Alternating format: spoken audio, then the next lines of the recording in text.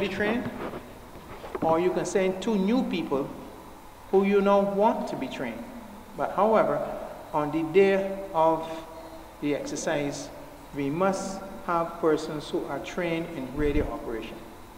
We must, as much as possible, have persons who are familiar with the damage assessment process. And we should have a person who is familiar with the first aid concepts, because the scenario is going to ask persons in your deliberations to put forward those procedures and ideas that is reflective of those disciplines. Okay? Apart from the radio training, it is this exercise like this that I have started. We have done St. Philip and Christchurch. We are now doing St. George. The other 3 schedules will be printed tomorrow, because Ms. Keith, we confirmed today that we should be able to use the Zoom platform, because there are limitations that if you have a zone with 6 DOs and 6 5s, 30, 35 people, even when I heard that this room, they said they don't want to go beyond 40, this room could hold more than 40 people easily. But you know, persons are being extra careful. But there are other meetings that will be held. On Zone 4 will be Thursday this week. Zone 2 will be July the 22nd. And Zone 3 will be July the 20th. So we're moving swiftly along so that we can have these sensitization sessions, so that it gives the DOs that when you meet among yourselves to further deliberate, that when we come on the day of the simulation, that person should be equipped and versed with the knowledge that we are expecting them to. It is the expectation that the chairperson and the committee will determine who will be the persons who will represent their DOs. Obviously, that will not fall to me. So we're looking forward that the chairperson and the committee will select the appropriate persons. It is likely so far that the venue, we're hoping to get a school grounds. Case in point, if I were to hold this event at a place like Queen's Park, it is a radio exercise, and you will now have to be competing with the external noises and that kind of stuff. So if you use a private, well, we'll consider private school, pasture school grounds, that has some level of security and demarcation, you don't get the interference of the persons walking on to the facility and creating the kind of disruption that can happen. Any questions so far?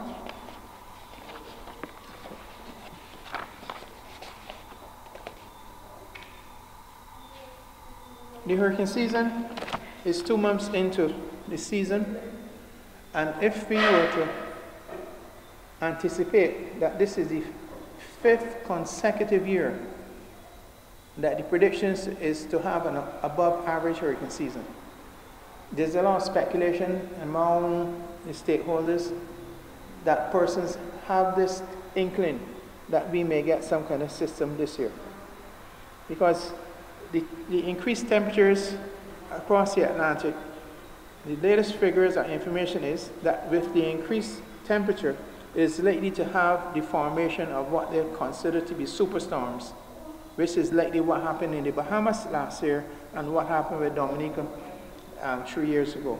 So it means that we as DOs, who are the voluntary arm of the Department of Emergency Management, must stick to our function and responsibility so that we can help our various communities prepare, help them to respond to, and in aftermath, help in the recovery process. But we can only do that if we have been willing to expose ourselves to the level of training that is required. So under what I'm proposing is that we will have several training opportunities where the persons who believe they know will sharpen their skills, and the people who do not know will learn something. I think that is a reasonable concept, but it has to be considered that under the zoning structure, anything that happens within St. Thomas, St. George, and St. John, you can draw on the resources of these 4 DEOs if something happens in your community.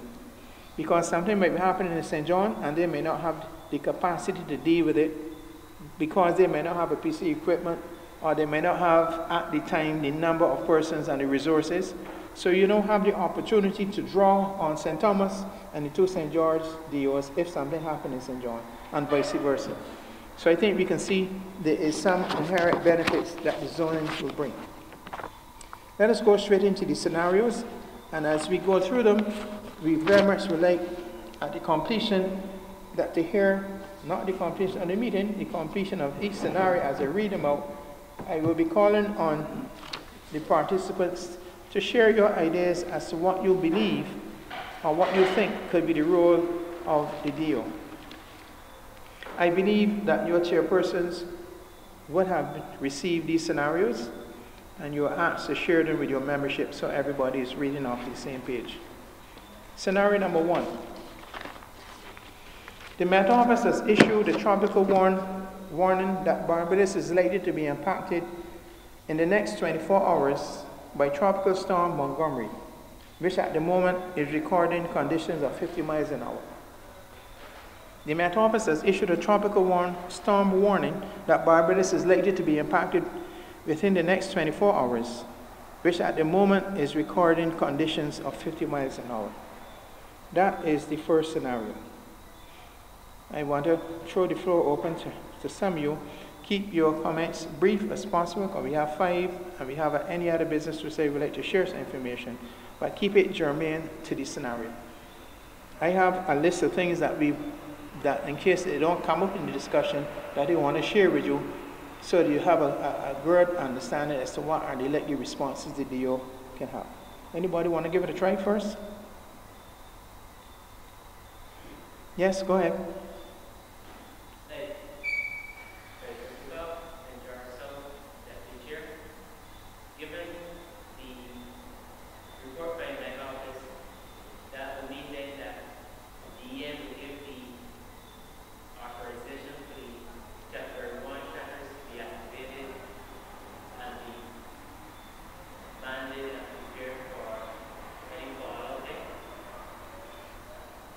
That is likely to happen even before this. Now I want you to... But I guess it would go on, they would be monitoring how it goes and then... But I want our comments to be germane to what the DEO is going to do. The DM is... I guess that once the then give the authorization for the category 1 shelters to be activated, then the use then will deploy their personnel to the category 1 shelters. This will be a communications officer, a first aid level, a road everybody, relevant people that will respond to the shelters, and as you said, they know our way out to see people come out, what will happen. That is something from past experience, what they would feel would happen then once the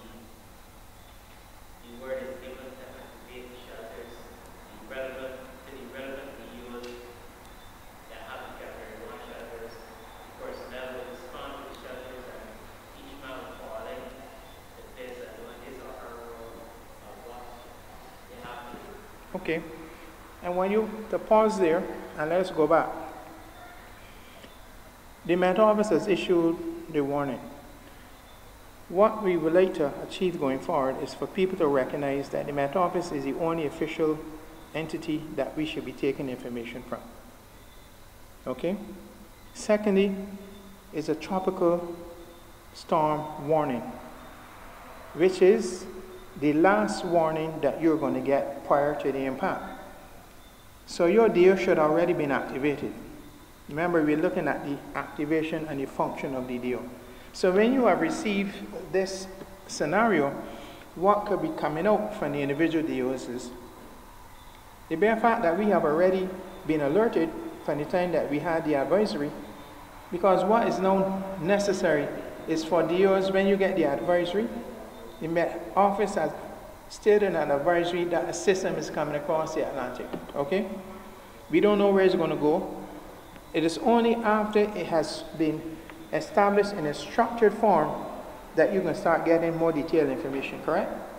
But by the time you get the watch, your DEO should be activated.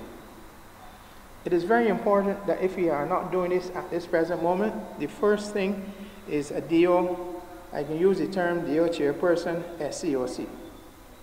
The only way that the chairperson can know who is available is if the individual DEOs call to the SCOC or the chairperson and say, I am available. You agree? Because we're talking about the DEO's response to this activity. Okay? Your point is going to come in later on. But what we are now trying to get DEOs to appreciate is that if we are response agencies, we first have to go back. Are we ready? By 24, storm warning, you should have, by now, seek to identify any assistance that your vulnerable persons, and not necessarily in this order, that your vulnerable persons would have needed. You mentioned in terms of the shelter being open, how you can assist in that process. You should have been able to identify those vulnerable areas, because at 50 miles an hour, you can anticipate that by the time it reaches us, that wind speed can escalate. So you essentially thinking of what are the conditions that will be prevailing at the time when this notice has been given. So we want to see if the DEOs can incorporate within your response routines. Your members, make sure they're okay. If they're okay, who is willing to respond? And that your equipment, you do all the equipment checks to make sure everything is working satisfactory, your communications, whatever equipment that you may have. You may also want to consider, at this point, your SCOC should be activated if you have one, and it is appropriately staffed, because at this stage you can get reports coming in. And you only got 24 hours, so there's a limit of what you can do in terms of responding to the reports, because once the shutdown, if it is necessary, is given, you are buttoned down awaiting what is happening. So let us consider in terms of what we have done before this tropical warning has been issued, because it is not the first warning or bulletin or advisory that you would have had from the Met Office. Are we clear on that?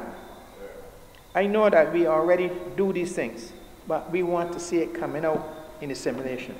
So what would happen? This is Zone 5, and you have people from St. George South, St. George North, St. Thomas, and St. John. You all will collaborate and determine which one of the radio operators. It will not be the task of St. John DEO to radio operator to report on each scenario. We want to see St. George South will report to one of them, which you will decide. St. George North will report on one of them. St. John and St. Thomas will report on one, and you rotate it. So everybody get the opportunity to transmit the information via the radio. Okay? Let's move on to scenario number 2. Scenario number 2 is going to bring you more in focus, because it is in anticipation of a tropical storm. A Category 1 shelter has been opened to accommodate 30 persons in compliance with the COVID restrictions. A Category 1 shelter is open to accommodate 30 persons. Now, why would I want to put 30 persons in there? And why would I want to put in compliance with the COVID instructions? Now, the last word coming out from the Ministry of Health, based on the previous notice, is that there was a reduction in the numbers allocated per shelter. We all know that. The latest is that we have resort back to the original numbers that was in the bulletin, that was in the booklet. Are we all aware of that? So we have resort back to the original numbers associated with each shelter. Well, let us go with the information that we have now. Yes. And the point that Roger is making is that we have to recognize that we have to respond to conditions as it is on the ground when it happens. But to do that, you must know what is the overall expectations. But if advisory changes, So if regulation changes, that is further restrictions, you know that is going to cause significant complications, not only for the DOs, but for everybody. Yes? Yeah, you are saying 30, right? Mm-hmm. The first 50 turn up. Tell me. No, you definitely ain't. No, but being the simulation exercise, there's a reason why we put 30. Yeah.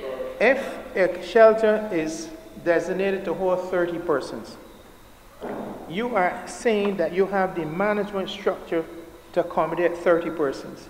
If you push it beyond that which it has been allotted to, you are creating areas that your management is going to have issues to deal with. And we have to grapple with the fact that the shelter warden is authorized that if he or she has reached his 30 in this case, there has to be an additional shelter that the person should be able to go to. If there is none, it does not mean that the shelter warden has a heart as big as this room and let whoever comes in.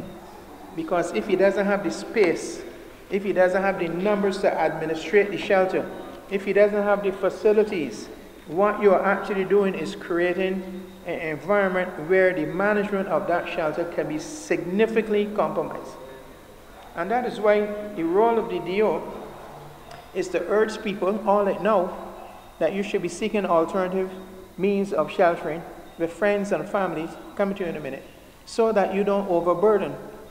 Because it is very likely, we do not know the magnitude of any system, but it is very likely that our shelter capacity, which is slated right now to be around 1,800 people among all the Category 1 shelters, can be significantly compromised, and not necessarily compromised island-wide.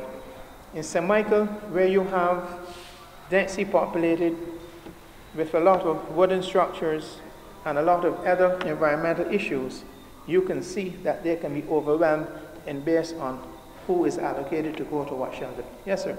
Yes, sir. Okay, I understand what you're saying about 30 people, right?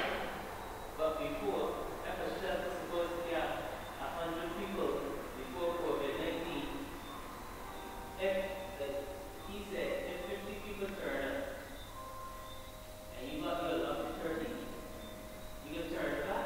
Yes. You can. The shelter, okay, here we go. Wait. I understand protocol. But if the shelter... But hold on a minute. Hold on. No. Hold on a minute. Hello, hold on. Excuse me, sir. Hello. Let us have some order. Hold on a minute. Let us set the rules for discussion. First of all, it is not the DO's decision to close or to open or to extend, okay? We do not make that decision. That is the decision of the shelter warden. And that is not a responsibility of the DO. The DO is there to help manage or to facilitate communication or to facilitate some level of first aid response. They are not there to dictate whether the door shut or the door closed. Let us make that abundantly clear. So don't get involved in the decision-making processes that are not germane to us. No, we will not go down that road. Because, hello, Mr. B, this is the time that we now need to change how we operate. I am just telling you not what I say. The DOs do not determine whether the shelter is open, close, or accept people beyond the numbers. So don't get involved in that type of decision. No, I'm not saying that we get involved. As just trying to point out, if the shelter originally, before all of this pandemic thing, was set to carry 100 people, but not reduced to 30. But as he said, 50 people turned up. What happened then is, I understand it's publicly shelter, the chief shelter warden that have set party then, and go within the rules. Yeah. But we are just here to facilitate. So I'm just wanting to know if the shelter warden, he or she decides, as you said, a hard compassion decide that they hear. Health regulation. If I don't All right, let us move on. Let us move on. Don't you,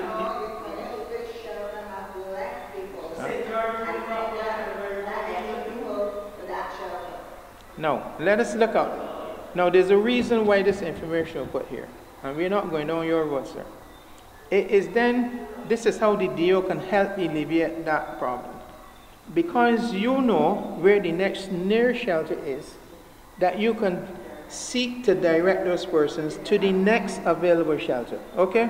So do not, the DEOs going forward, we need to stick to the parameters in which we are functioning under. The decision to determine when it closes, who coming in, I guarantee you that the Ministry of Education will make the appropriate announcement if a shelter has to be open to what is the number that will be allocated to that shelter. That is the Ministry of Education's decision, is for us to assist, not to determine numbers or whatever. But if you live in St. George, let's say for instance, I have no Category 1 shelters in St. James Central. So I will be seeking my partner there, Mr. Springer, if he has room at Leicester Vaughan, or if my next door neighbor has room at Queen's College, or my next neighbor has room at Gordon Greenwich, or my other DEO neighbor has room at the university, or at Ellerslie. You get the point which I'm making? So let us broaden our scope of understanding as to what our role and function is, so that we can aptly assist. So under the 30 persons, and if you see that is exceeding, there's nothing wrong with you saying, ma'am, the warden has declared we are close to reaching our capacity. You may need to go someplace else. Because don't wait until the door shut, then to move. Huh? There were 3 questions.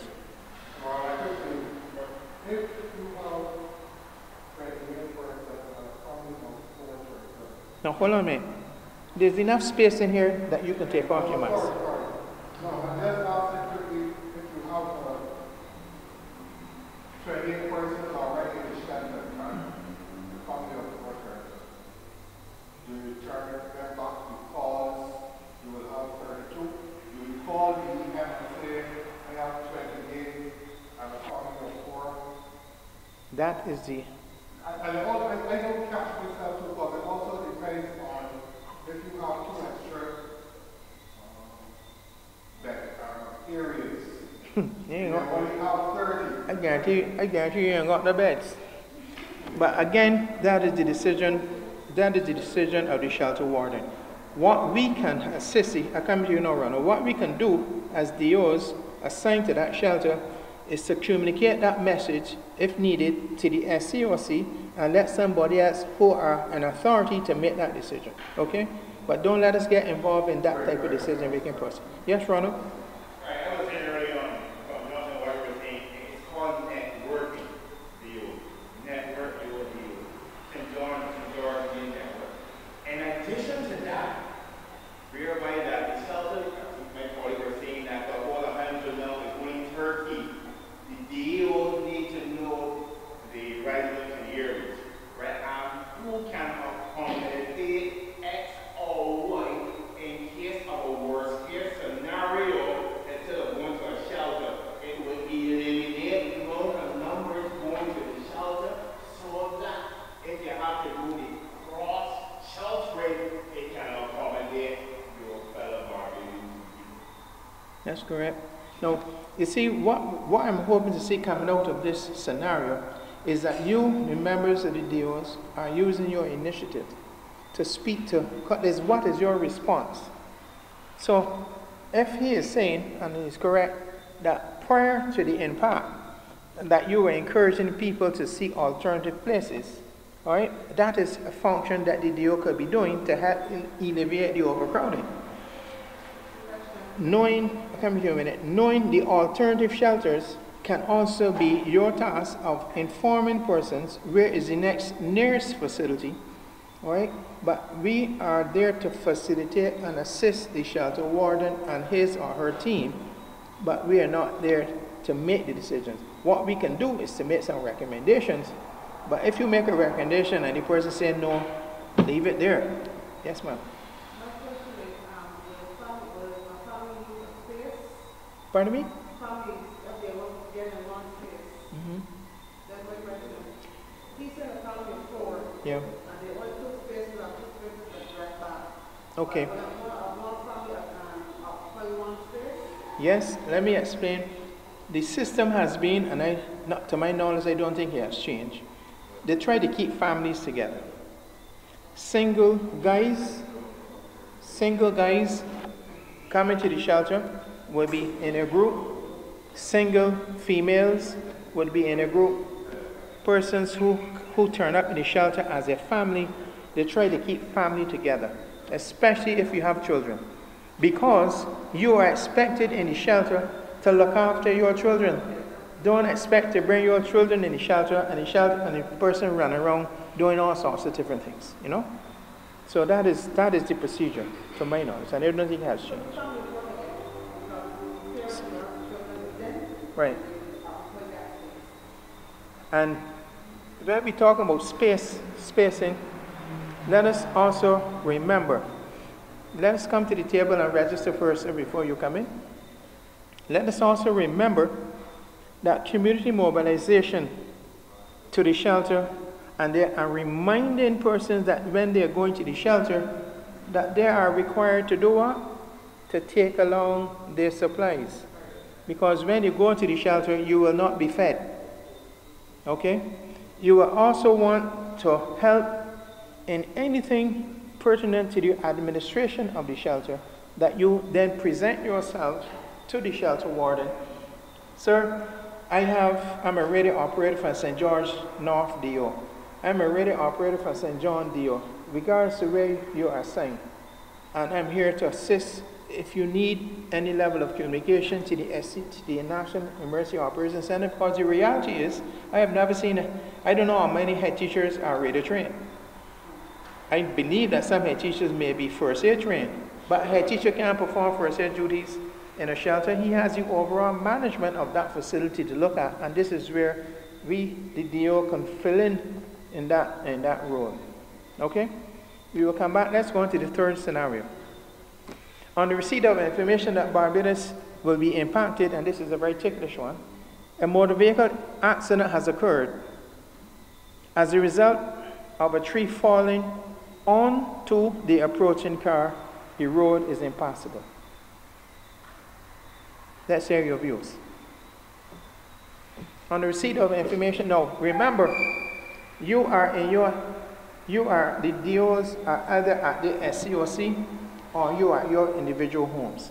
This information is coming in to your SCOC or to your chairperson, okay? It starts there that the chairperson or the SCOC has to make certain decisions. So these are decisions I want you all to be versed with that is likely to happen. Yes? You send the information over to the chairman, contacts the subcommittee leader of the threat procurement subcommittee. That person either does a statement themselves or send it back someone to do it. The person, whoever does the statement, reports. Or if a team has not gone, or if one person has gone to do the statement, that's very likely.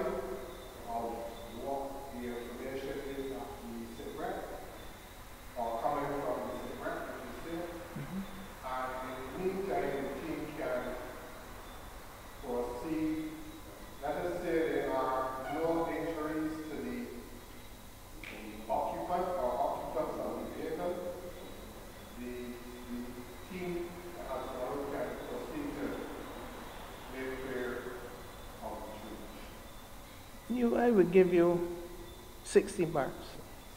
60. No. I like to take that out of here, right? Mhm. 1 hour is going back. That 1 hour is going back. What would you do? many say 1 hour before. No, I said you have received information that there's a motor vehicle accident as a result of a tree falling onto an approaching car, and the road is impassable. So let's look at a number of things. We are all here in the SCOC, and this report has come in. What time did the report come in is your first thing you want to indicate. What time did the report come in? Secondly, who are you going to dispatch to the scene? When I say give you 60, in a hurricane scenario and you have the resources, it would be best that you send a radio operator, you agree? A first aider, and if you got road clearance crews that have a chainsaw and is competent of using it, so that you can go to the scene. No, all right. I should have detailed more in the city. Well,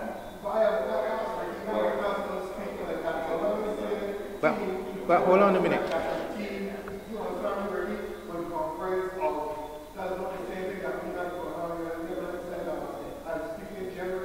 But hold on a minute. A team can comprise of 1, 2, 3, or 4, 5, 6, or 1, 2, 4. So, bearing in mind the evaluators, you will be evaluated based on your submissions. The group of evaluators are asked not to say what went wrong. Me personally, I don't like to hear what went wrong. Because what went wrong in some people's views is only based on your capacity. I would rather use the words what you could have done or what is an alternative. So when you say a team, the scenario here speaks to specific things in this scenario. An accident can have medical considerations, so you can want some medical assessment. Because the tree fell on the car, you can need some road clearance assessment. But when you're out in the field, you remember I said you note the time you dispatch, the time you arrive on the scene, your initial assessment, you should radio back to the SCOC. Right? Because when you get there, what if you find that you need 3, 4, 5, 6? The SCOC would then be able to issue additional resources if you do not have.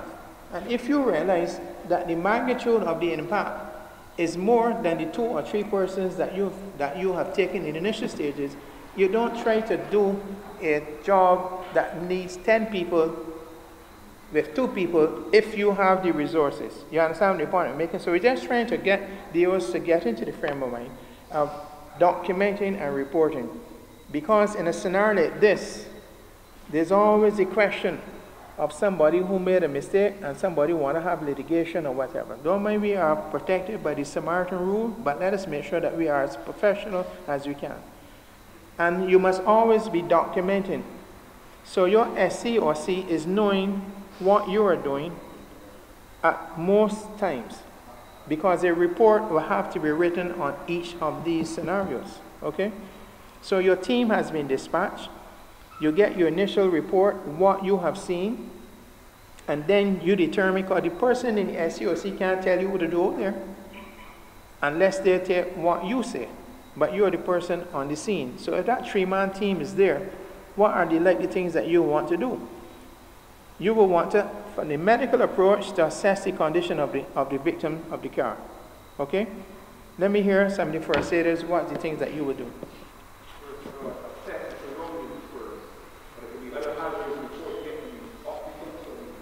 Move from there, Starsky. You hear when we say the road is impassable?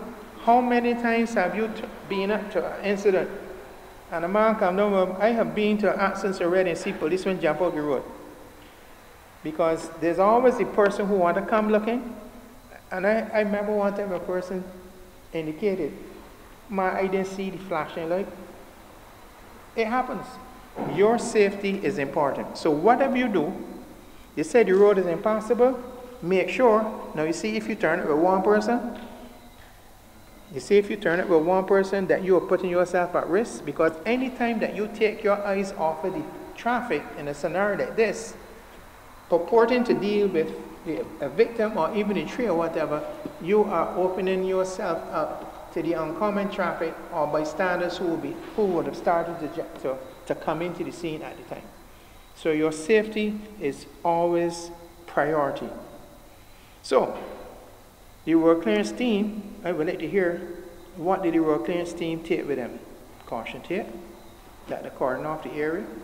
Not that when you put the caution tape, that can stop somebody, but you have made an effort to alert persons that this is a danger zone. You correct?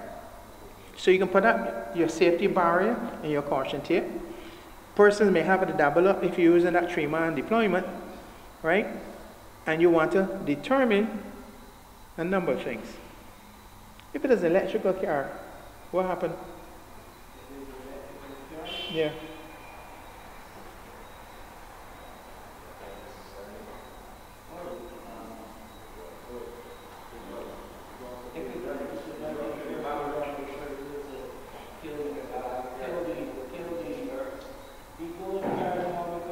A kill switch.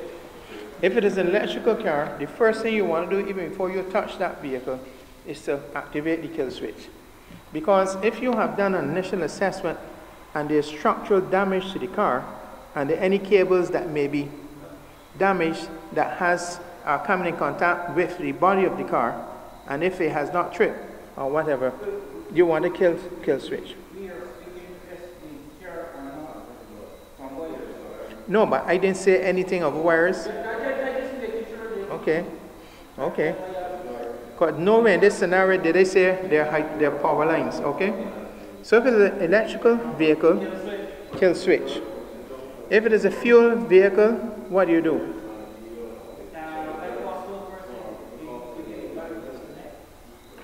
Which lead of the battery would you disconnect? Why?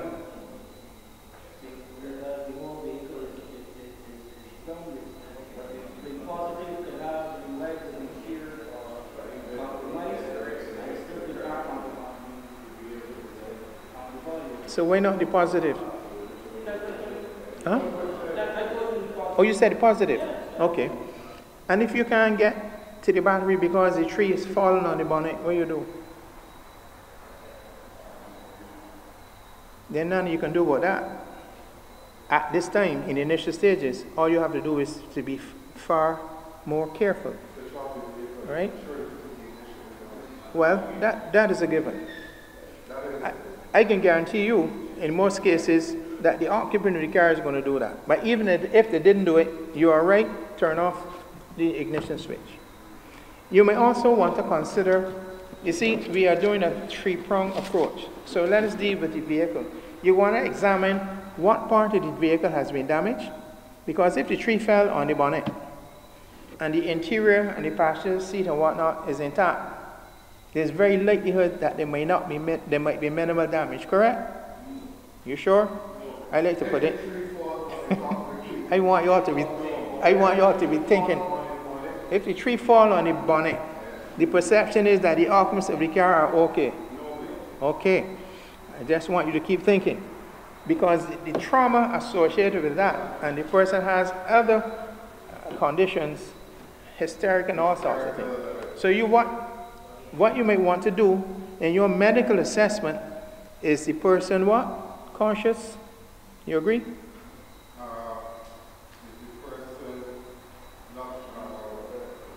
Is he responsive? Is the person responsive if they are conscious? Because, well, that will come up next. Because if the person is conscious, that means that the airway is open and they're breathing. But if you tell the person something, if you tell the person, are you okay? And the person didn't respond, what are you going to do? Well, you would first check the pulse, you would check to see if they're breathing. You sure? Yes. Suppose the person is a person who can't hear. But then that's very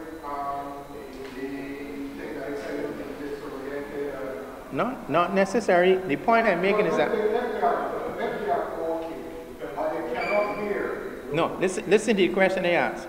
You asked the person, are you okay? The person did not respond. Right. But they are conscious. I can see that they're physically see that they're conscious. How you can... They are conscious. No, you can't see. Consciousness is not something that you can see. No, hold on a minute. Your response has to be, because you don't have a lot of time. Your initial response could be to find out if the person is responsive.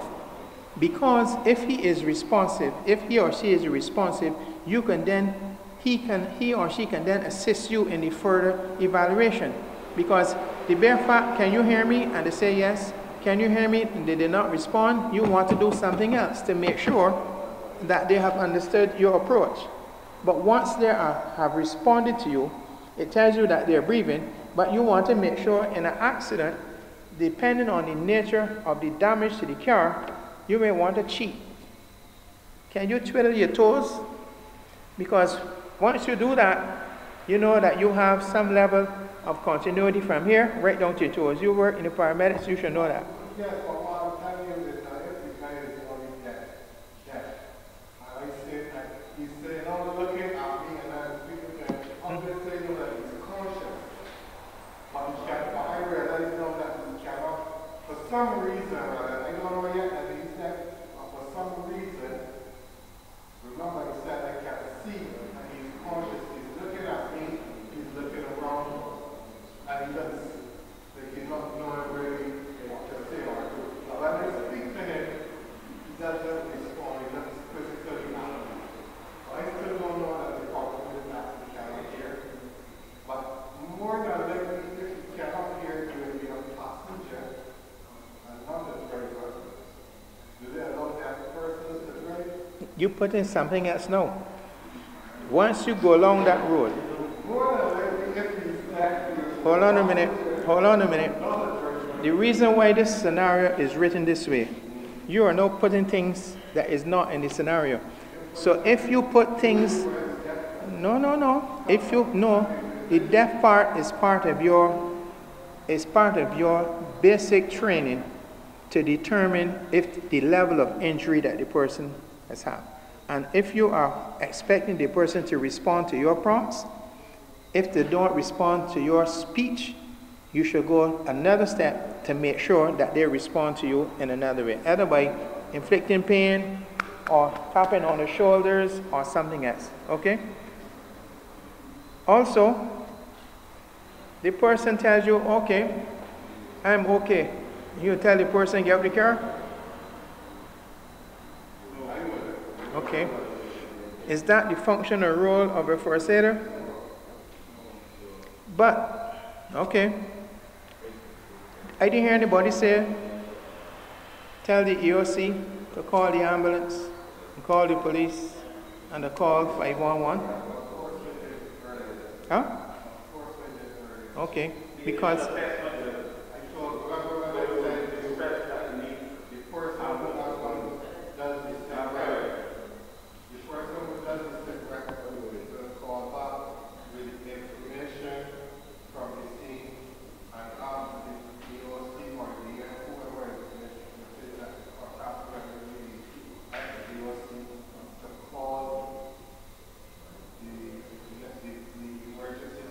okay.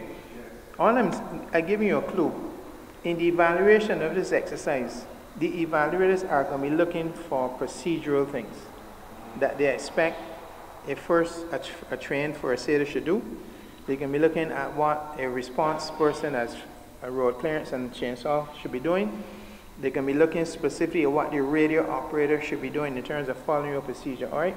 So if you want to be creative and put more into the scenario, then you open up yourself to make sure that if you indicate that Ricky wearing a blue shirt, make sure and bring the response to the blue shirt. Okay? So let us keep it to the scenario that is stated, because there's a lot of things here.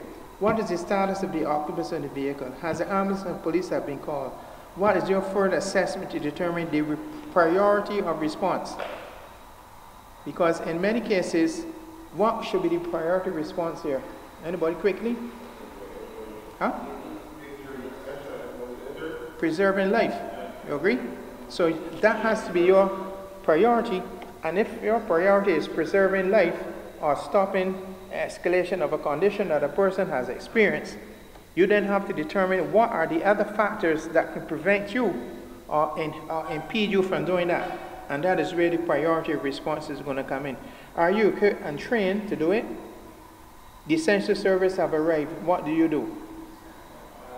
Huh?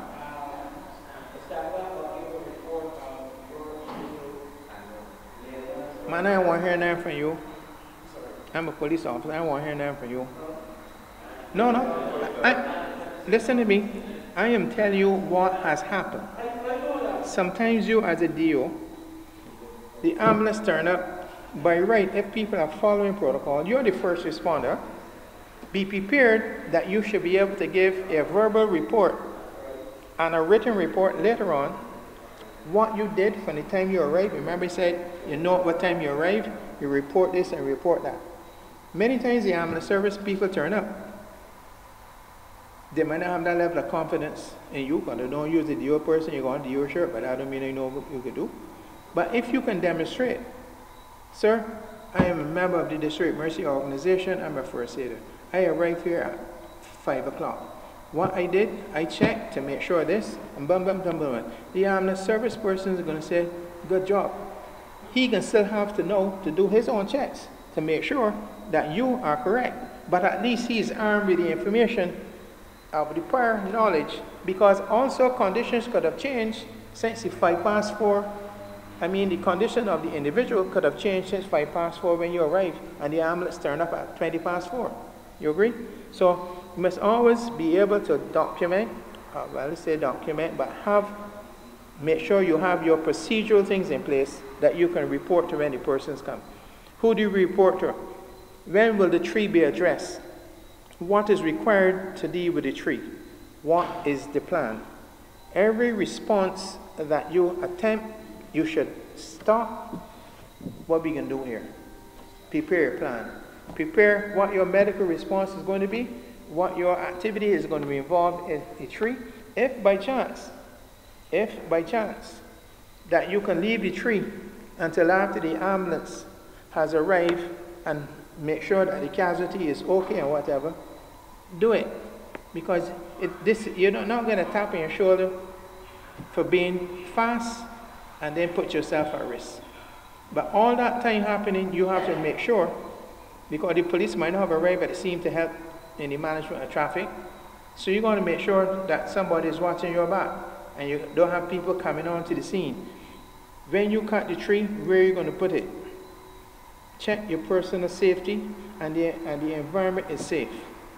Approach with caution. What kind of accident is it? When did you arrive on the scene? So these are just things I'm prompting you that bear in mind that the persons are going to be looking for in your report.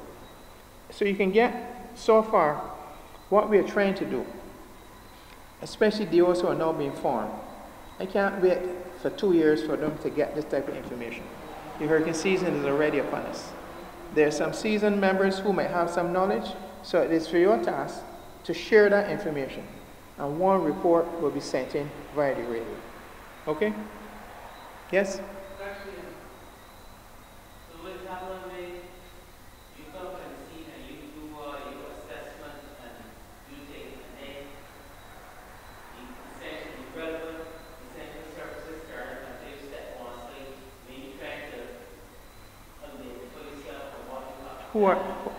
Stop a minute. Who are the essential services that turn up? Be specific. If the police turn up Yeah. first, Uh-huh. and you identify yourself, Yeah. and they don't want you to step in and out. Do just do what the police tell you. Right. Okay. But I just want to know something. If I turn up and I do my thing, and you can step in and out, you can't come back and ask. You can't come back and point your hand from me. Well, I will want you to reconsider that.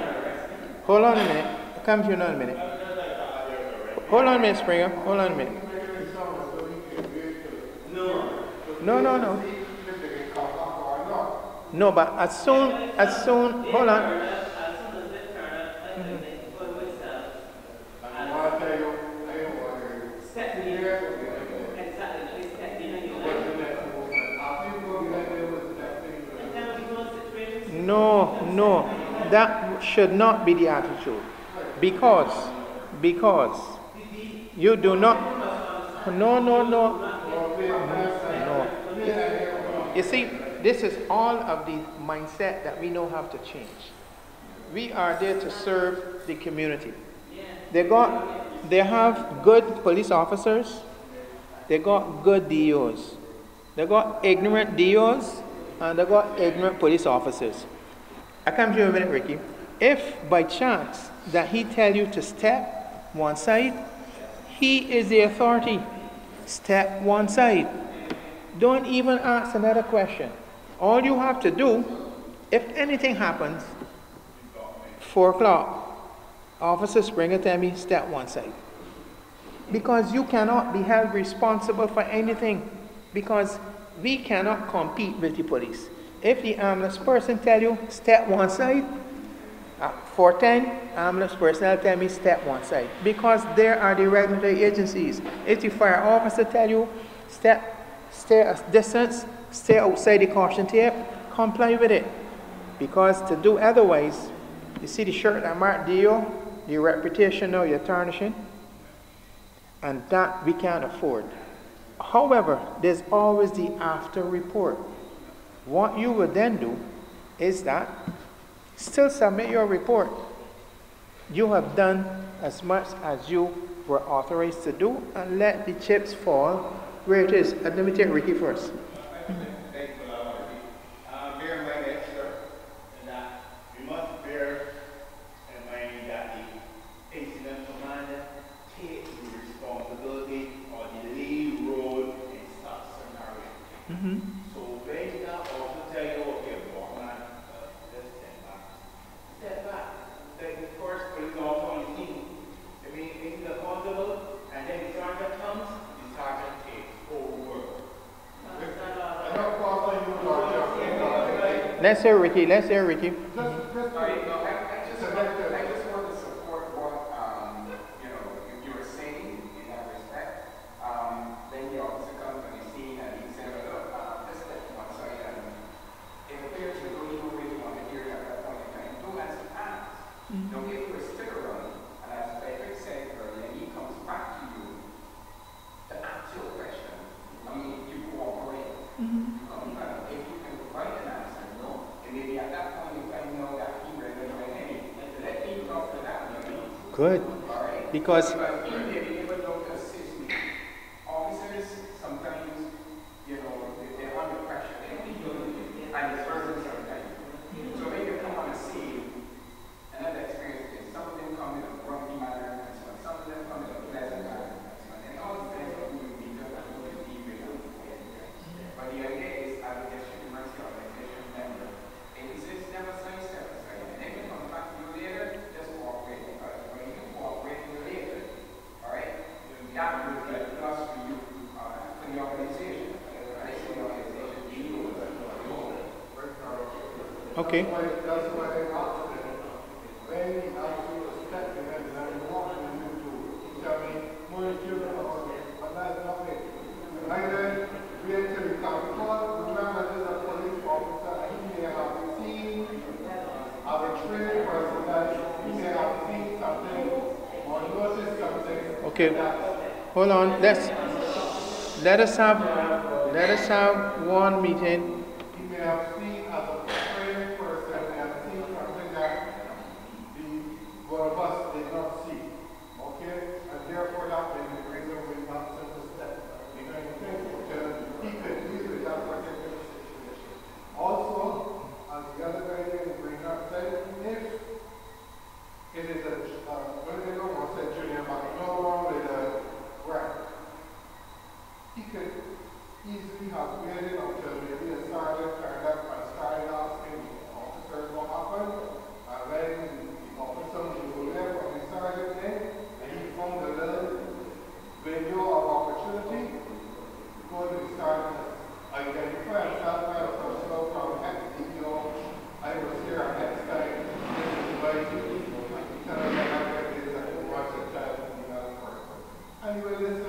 Okay, Reg. Yes, sir,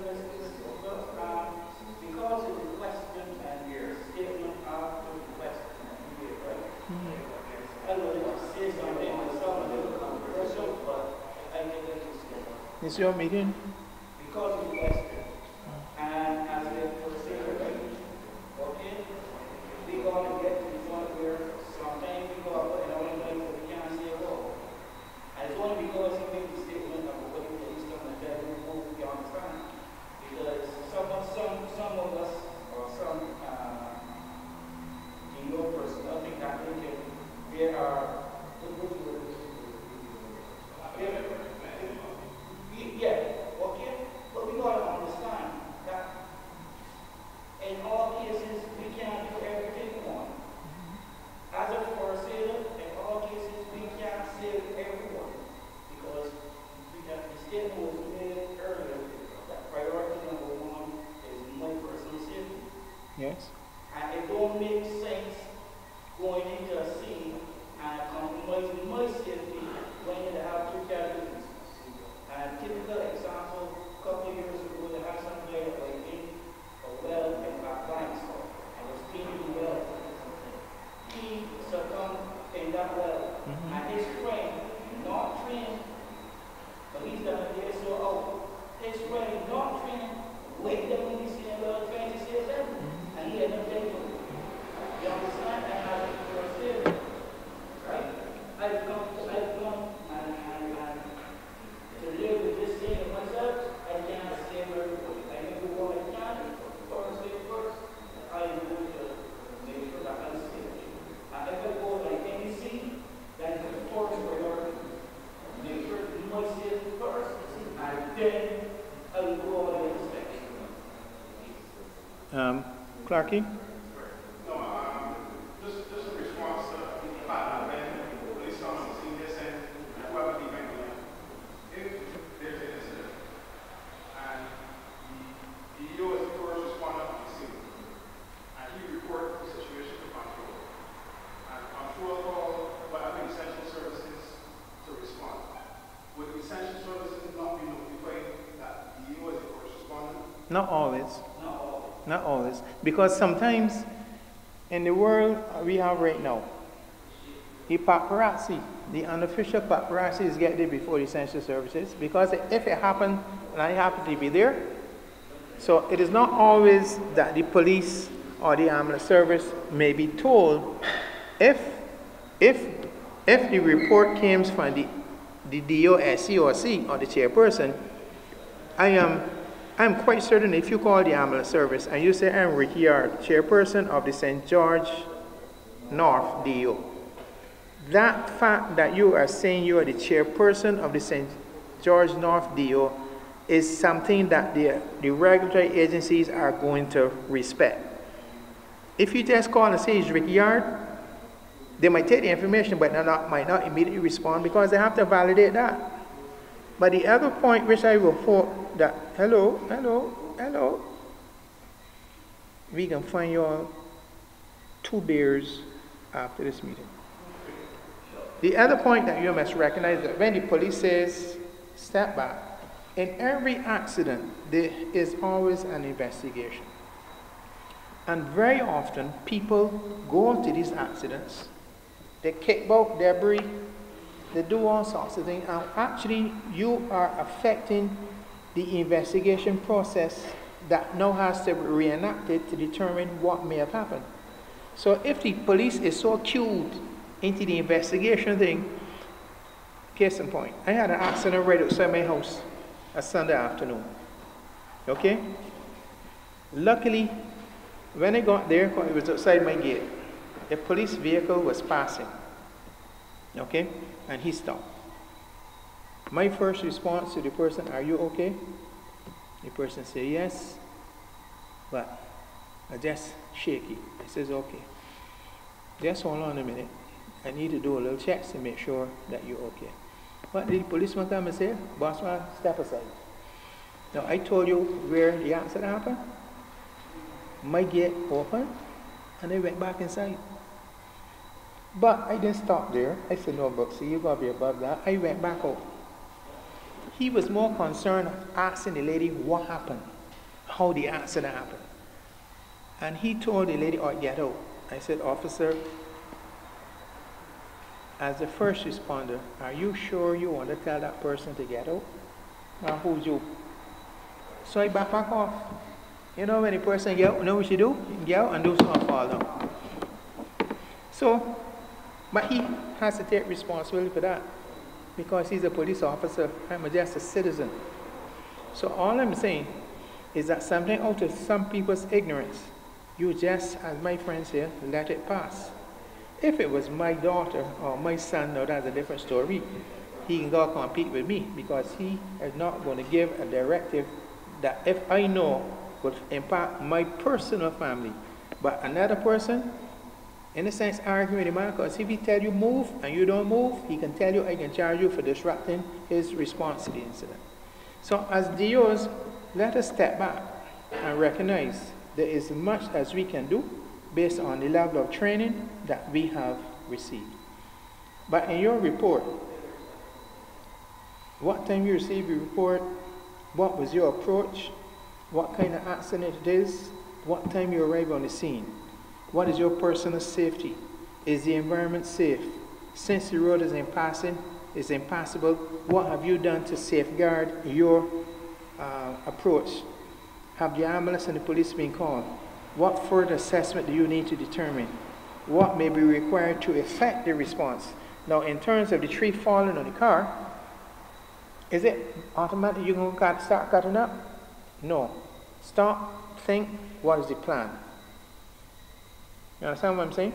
It's always good to stop, prepare a plan. You know something? Ricky, this is Brooks here. At this accident, I need 2 more persons to help me cut this tree. And don't start, if that is your evaluation, don't start until 2 other people come. Because one man using a chainsaw, but you can't be using the chainsaw and putting it down and moving the twig and then taking back the chainsaw. You agree? A chainsaw is basically a 2-man action. If it is a big tree, and the bigger the tree is, you need more persons. So all I'm saying is that let us look at these things and see how we can conceptualize what is the DEO's approach to a scenario like that. Let's move on to the 4th one, which is going to be very, very, very quick. Because all y'all know this. It is 6 o'clock in the morning, the all clear has been given. What is the DEO's response? It is 6 o'clock in the morning, the all clear is given. Short and sweet.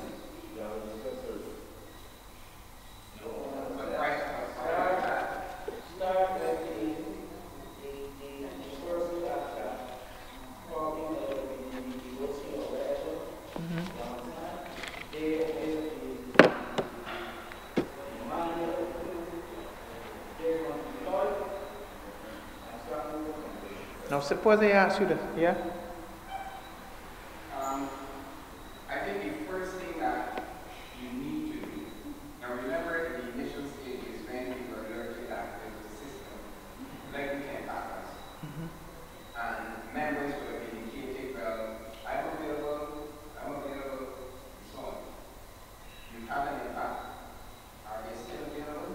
You don't know if they've been impacting themselves, and it cannot function. So what you I need to get that information. Who is not available again? tell me that again. Sorry? Tell me that again. This is the salient point. Because the all clear is given, it does not mean it is safe to do anything. The first thing that you should do is to step back, assess your own personal situation, and call in. Mr. Chair, seriously, I am okay. My home, my occupants, we are safe. You understand? You are perfectly correct. Don't worry about the all clear. We are operating as a DEO, as a team. After the all clear is given, reports are going to be coming in. But you can send people to respond to them unless you know who's available. And the second thing, after you have reported that you are safe and you're whatever, people outside, you ain't even gone at my door yet. What's your name again, sir? I know you for a long time. You pronounce and size, all that's the COVID food that you're eating. You can stay and look around. My man, Brother Phillips, live in a flood-prone area. He can step out. You live in a flood-prone area that got enough pit toilets, one.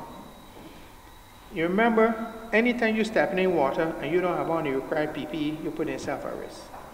Every time you step in water, Ricky, a very wealthy person, the shutdown was given and he turned on his generator, and by some reason the fail-safe switch or something didn't work, or somebody plugged in some kind of thing, you know that going to filter right back down to you. Scenarios like that, all the all clear means is that conditions that led to the closure, because you can't have an all clear unless you had a shutdown. You agree? So all the all clear means that conditions that led to the shutting down of the country no longer exist, especially in the magnitude that it was before the shutdown was given. But it doesn't mean it's safe to go outside. It means that you are entitled to go outside, but consider your personal safety in whatever you do and wherever you go. But the DEO, you are now in your home and the EOC is over there. You all are waiting for Roger to say, all right, reports have come in. You get a report of an accident. What should you do? Go and respond to it first? Give yourself about 10 to 15 minutes. Because if you dispatch persons, memory says priority. So give yourself, because reports are going to be coming in and you can't respond to all. But you would like to respond to those that you consider to have been priority. My brother man there report that,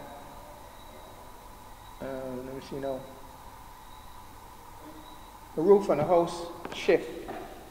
Another report come in, the next 5 minutes later, a car ran off the road or do something. The point which I'm making is that you then have to determine, based on a period of time, which of these you are going to give priority to, because that is what the DEO should be focusing on. Don't run and do everything, and then when the report comes in, all your people are responding to what could be considered to be a less priority, and the priority that you should have dealt with is left in the bins.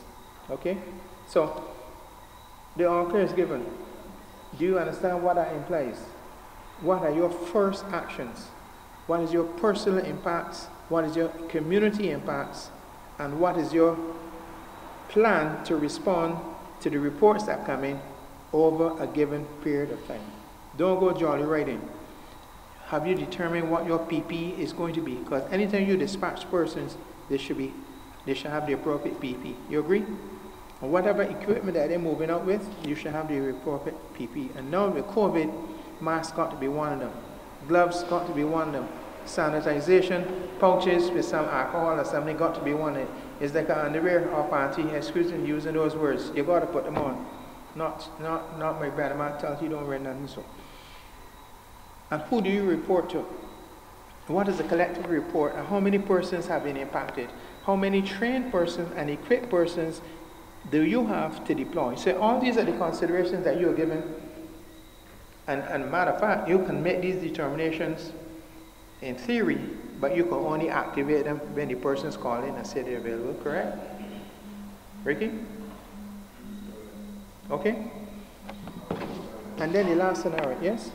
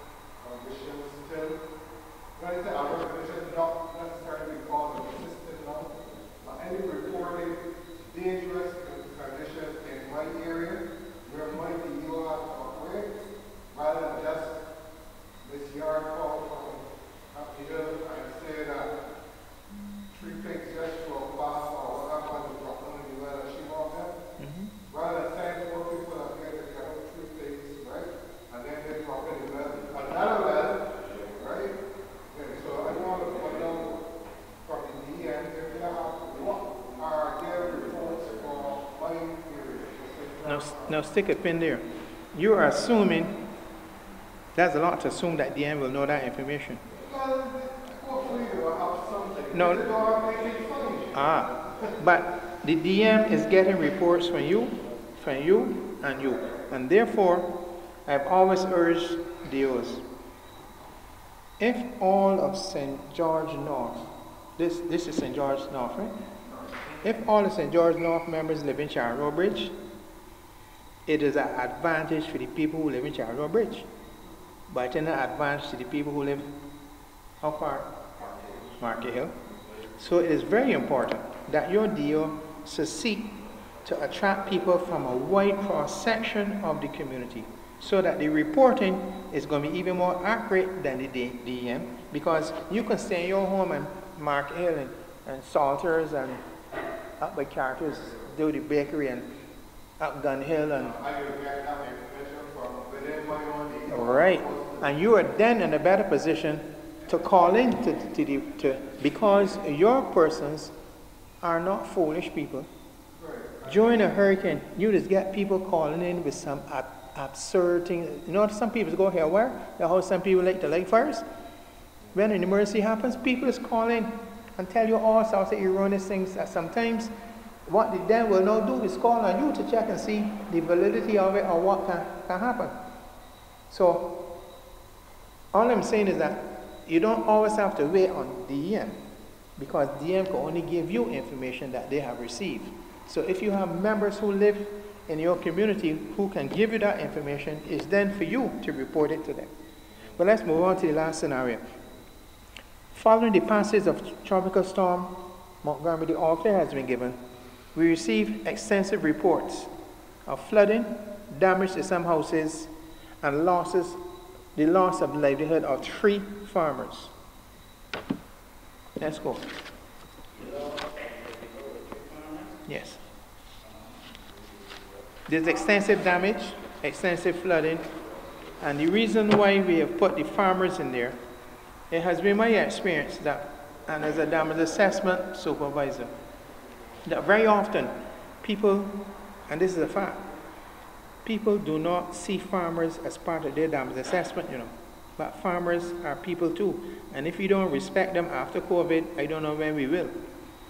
Because if a farmer has lost, there are different types of farmers. The poultry farmers, the pig farmers, the marijuana farmers, all sorts of different farmers. You agree? So therefore, what you now have to understand is that they are people too. How heavily have they been impacted? What are their losses? Based on the magnitude of their losses, what is the likelihood of the expense to them and the possibility how soon they can come back up? You can imagine if you had a field, an acre of banana trees that get blown up, you can't stick back the banana tree with scotch tape. You know, go fresh. Right. That ain't true. That ain't true. The farm caters for them. But we as people, and you see, after you've gone through these scenarios, why these selected people have been asked to represent the DEO. Okay? So this is where the damage assessment person, if you have one, but if you do not have one in St. James, in St. George North, we may have one in St. George South, or we have one in St. John or St. Thomas, who will be able to take that into consideration. And the person who don't have training will benefit from it. You get the point, Mr. Megan, Roger?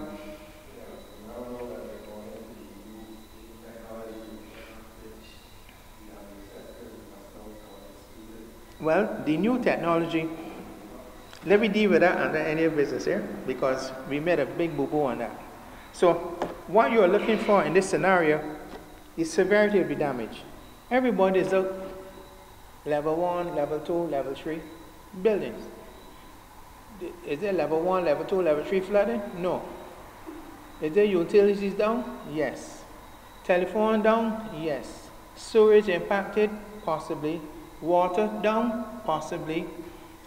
So when we talk about, we now need to move away from just the structural damage of the houses and look in terms of the livelihood of the people and what damage has affected them in your analysis.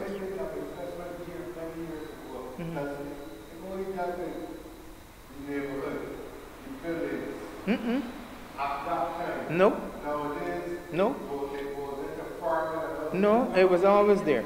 Okay, right. You know what happened with you? You was a building contractor, and you see, I just put it there, just put it. Years ago, Ricky, they tell us anything about the yams and the people and that thing, so? Yes, I don't remember anything like that. schools, hotels, Yes. all that is there. Buildings, but we never told us, as far as I remember, they never told us anything about assessing damage in a yam field or a banana patch or anything. It is there. It is there. Because maybe a damage assessor follows the left-hand rule. The left-hand rule will show you physical buildings. Yes. But sometimes attached to that building is a extensive piece of ground. So your eyes should try to see beyond that. And if your eyes didn't see it, the questionnaire should be asking the persons, how else or what other way have you been impacted? And if it's a farmer, he will certainly want to say. So, I hope you can see from these scenarios, there are real scenarios that can happen after the passage of a tropical storm, a hurricane, or whatever. The whole exercise is that we want persons to come out the shell and recognize that going forward. I was at a meeting today. I've been at several meetings, and the word DEO is popping up. It is popping up. There is great expectations of the DEO, and I am glad for that. What I'm concerned about is that we are not establishing ourselves. There is no excuse. I've been labeled in the chat, and only Ricky and Padmore and here would attest to that. Man, you get on though, I don't work for you, you're not being paid. I agree with that. Because you're voluntary, you are free to or not to. But if you agree to, try to be as professional as you can. And if you can't, say you can. But don't say you will and don't. You get the point which I'm making? Going forward, there's a lot of scope for us as DEO persons. All this exercise purports to do is to share knowledge, and I expect the more seasoned persons with some experience will share that with the younger persons who are now coming on board, because we need to lift a number of things: the image, the reputation, the accountability, the commitment, and all words you want to associate with a response, because at the end of the day, we are going to be impacted. Anybody in this room who don't want to accept that, I think you should leave the DEO right now. We are going to be impacted. It is just a matter of time. Every day there's issues. Every day there are issues. There are motor vehicle accidents every day. Trees fall down. In Orange Hill, a man get electrocuted from picking breadfruits. Right? Up by Pargon, there was an explosion. But I got to know the function of the DEO, some people say. I said, no. The persons in Christchurch East, when I spoke to them yesterday, we don't expect you to go on the barracks and say X, Y, Z. But there's nothing wrong with you going to the houses nearby and say, ma'am, how did it impact you? Because if there were vulnerable persons hearing these boom, boom going on and shaking the house, that can bring on some level of hysteria. And if a person got a bad heart, you don't know what's going on. And if you go like me, you understand? So there is still, even in that scenario, a role that the DEO can play. But we are silent. I would like to think that we as DEO members can change that. I would here pause at this time because I think we have not the scenario, but there's just one or two other things which I want to share with you. But any questions on the scenarios? So what the chairperson and the individual members are now asked to do, I have sent this to all the chairpersons. We are asking the chairperson to send it out to your members. You are now asked very shortly, a deadline will be given as to select your 5 persons. Okay? So that we can concentrate on providing. There are a lot of expectations on this. This is a national scenario, okay? This is an opportunity for us as DEOs to produce it, effectively manage it, and to show to whoever and sundry, because the media is going to be there, officialdom is going to be there. It is our golden opportunity, and let's hope that we don't get impact before the end of next month, that it can come off. Tomorrow you can hear it has been postponed, because if, due to the flight that happened yesterday, and the restrictions get tightened, and we can't do this, we can't do that, that is a possibility. But it doesn't mean that the knowledge that we are sharing now cannot share, and that can bring to the upliftment of the DEOs. I'm seeking your support on this. It is not my project, it is our project. And let us all combine. I don't know it all, I never profess to know it all. You have ideas up there that you can share, and once they are effective and can improve the project, I am quite willing to hear. Your chairperson here yesterday involved me in a meeting with another member of his DEO who says that they can offer something. Am I to say no? No. I can embrace. So I want to hear from St. John, I want to hear from St. Thomas, I want to hear from St. George North and St. James. So, forgive me for saying St. James, because usually when I talk, I start to St. James. St. George North and South, St. John and St. Thomas. Discuss it with your members. See what other inputs you can make. The scenario is not going to change, but your inputs can change based on a collaborative discussion, and let us bring those salient points and demonstrate to whoever is sundry that will be witnessing and evaluating this exercise that the DEOs are on the move. That is how I speak about the DEOs. We are on the move, and you have a significant part to play. If there are no other further questions on the scenario, there's just 2 points which I want to raise you, but any questions on the scenario? It in fact is not difficult, correct, ma'am? Okay. Following this scenario, we are going to embark on a number of training initiatives. Chainsaw is coming up. First aid is coming up. Shelter management is being considered. Assistance from the fire service I'm meeting with the fire service tomorrow to discuss a recommendation on how they can bring some level of fire safety to the benefit of the DEOs. Damage assessment, I've started an initiative to find out first within each DEO, and I'm going to the source. Because if they don't got you registered as a damage assessor, it matters not if he got your name put down. Because there are persons who have been trained but have not been assigned. So I've asked the statistics department to give me a list of those persons who have been so assigned. And we want to see how we can do to improve that. Some of you may have received calls already that if you're still interested in damage assessment, anybody got warning calls? And I hope that everybody say yes. We need to show that the DEO is part of the response mechanism in this country. Don't sit back. So the training is going to be coming. Radio training is going to be coming. A separate to do radio training for this. There is a recommendation how I am trying to see how we can get radios acquired so that there will be it doesn't matter how much radios Roger has, or how much Ricky have, or how Ronald have, or Middleton is not here. But I would like to think that each DEO can have 5 radios. But we're going to get them. We're going to approach the business sector. Business sector is suffering right now because of COVID, so we're going to go outside the business sector. There's grant funding from other agencies that we now have to try to see how we can engage that. The Department of Emergency Management is not going to be able to give you what we want because they have a budget and the country hurting right now because of the BERT program and because of the COVID and because of the hotels down and the thriving economy is no longer there. But it doesn't mean that we should sit down because I've heard some people say that because of COVID we ain't had the meetings. I beg to differ. We could still have our meetings. We can still use the technology and the Zoom and that kind of stuff. So all I'm saying, through your chairperson, or if persons want to call me direct, my number is 232-2361. 232-2361.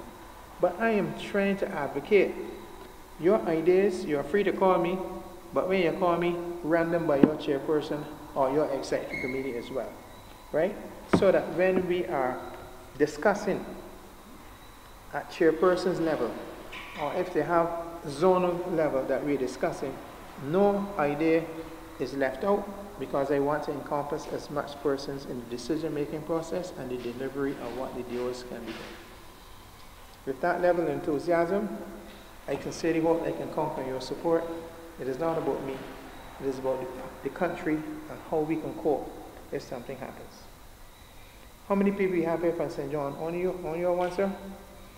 Brother Middleton have reported that he came down with some gastro, so we can call him and wish him a speedy recovery, because we need to bring some cohesion back into the DEOs as well. I don't like John. I don't like Ronald. Ronald horned me, right? I don't like him. But he's a fellow DEO. I still have to work with him. You got the point which I'm making?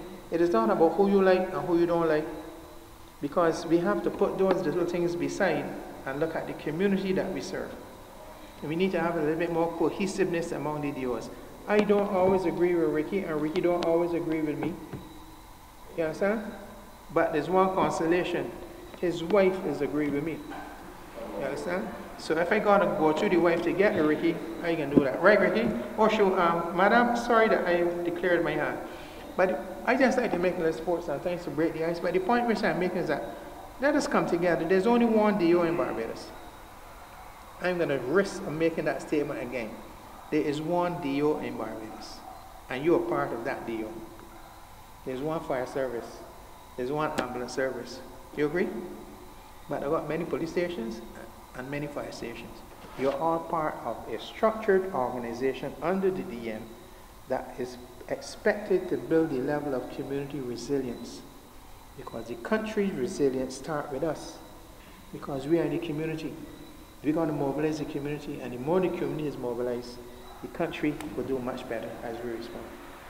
So with those closing comments, I don't know if there's any person in the audience who would like to sponsor that we go down by the mark down there and have. I've already determined that Patrick and my friend over there is going to. Those in favor say aye. I think the ayes have it. I want to thank you very much for coming. I can't leave unless I ask the chairpersons what are your comments at the meeting, which you want to start or you want to wrap it up, because this is your DEO meeting pace. No, I just want to be clear on one matter. Sure. With regards to the training, you listed the number of training programs. And I guess I'm going to be 40 exercise or some of them. I can't wait on the exercise, because the exercise can be threatened if conditions change, right? So I still have, I will be discussing this with DM hopefully by the end of this week. It is best to plan and conditions stop you than to don't plan and conditions still come in and you don't have a plan, okay? Now, the 6 basic disciplines that I'm looking at, first aid, damage assessment, community profiling. I have brought that up. Community profiling is key. You cannot plan for your community unless you know what's in it. First aid, community profiling, damage assessment, chainsaw, and radio communication. After we have gained some capacity in those 6 areas, I believe, it is my hope, and it's going to be a part of my recommendations, I would like to see search and rescue as part of the DEO, but not necessarily search and rescue in each DEO. We can have a person who is trained in urban search and rescue basics, and have a number of people drawn from all over the country, so that if something happens, you have a core of people, not necessarily everybody. I would like to see a core of people who are certified at ALS or even BLS, advanced or basic life support. A core of people. It doesn't mean, because that is advanced to basic first aid. I would like to see a person trained in land slippage and other response to those scenarios. You get the point which I'm making? Because I believe it is just a matter of time before these things are going to come upon us. And we are not there to replace the regulatory agencies like the fire and the police and the ambulance service. But if we roll out on the scene and a paramedic say, I want an oxyometer, Everybody know what that is? A little unit, you stick your finger in, it can tell you your oxygen level and your pulse. But beware that we call that name, and you are familiar with it, you can look in the kit and say, look, this is it, and don't hand the man the mask. Okay? So it's not that you are replacing him, you are assisting him. In terms of the fire service, I would like to see the day come. It happened in our DEO some years ago. We used to assist unofficially. Go with the fire officers when they're flushing the mains. At one time, it had to be done regular in the fire park area because it's only rusty water that we're coming out. But if a fire turned up, do you all know how to roll out a hose to assist in a fire? You're not going to be in the front line with the nozzle out in the fire, but you can identify where the nearest fire hydrant is to assist the fire officer if he wants a supply of water from the fire hydrant. If he asks you to help roll out a hose, notice what he says, if he asks, or if you offer to help, you're trained to do that, yes sir, or come on board. You follow what point I'm making? So it is how we can work with these agencies and get that level of training. Some of us may have been deployed overseas because of varying reasons. The day will come, the day is going to come, that we should be able to offer our neighboring islands as a representative of the district emergency organization some level of response capacity if called upon. In Dominica, everything was flattened. Police didn't come work, homeless people didn't come work, everybody lit up. They couldn't get from here to there because the roads were impassable. So they had to bring outside help. You see the point which I'm making? So, in closing, chairpersons, I want to hear your comments on the meeting because you are key. You are key to this exercise happening. We can ask Ricky to wrap it up because we're in his building, and if he don't give you the last chance, he will tell you to go. So, Brother Ronald or Roger, your comments?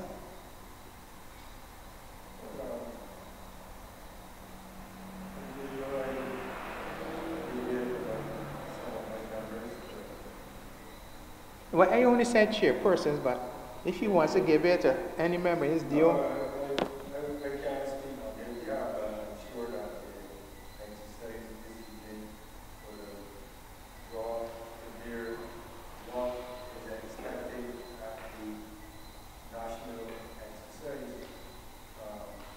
Unfortunately, there were other persons who were in parts of the structure couldn't be here. But I'm sure that we should be ready and ready to participate in the national event of the association in the location. Madam Springer? Well, as a trainer, and all the other involved in a number of years, I support it, as an engineer about, machine law, some mindset, is greater communication, and whatever, certain arrest, whatever, from outside of things. So, we're so awful, money, and your system can offer, you need it, like that. With the safety, and all that thing, we need to build capacity, we all in together, and my concept is country first. It's where you got that. You all always ask the question about getting paid. And you should never be part of it. You want to serve the country. And that's all part of being so you go with it all to assist in the great areas. Also, if you're in the fire, also love another area like we're in many things. Like you're also right, that needed those areas to flood. So just that what I'm saying. Thank you. You see, there are a lot of skills in the DEO movement because DEO draws skills from the people who live in the community. The Prime Minister lives in the community, right? The Chief Fire Officer lives in the community. The Chief, you understand my point I'm making? So there are people out there we just have to identify and to approach them and see what we can get. Ricky, this is your opportunity to wrap it up. Thank you, Mr. Ross. Firstly, let's say that I think the initiative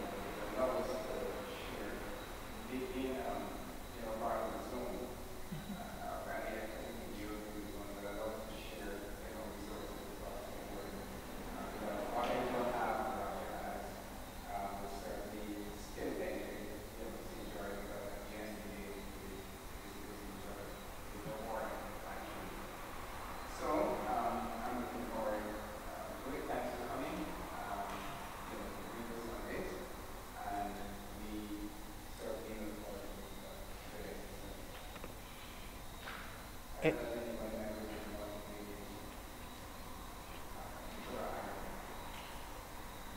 If there are no comments, just as we started the meeting with a word of prayer, as we talk about prayer, Patrick, get up and walk out. Huh? Since you're on your feet, we are at the point that I'm not as religious as you are, but I still think there is a super person that we should always give thanks to. So let us stand, and Patrick has just been voluntold to close the fast in a word of prayer.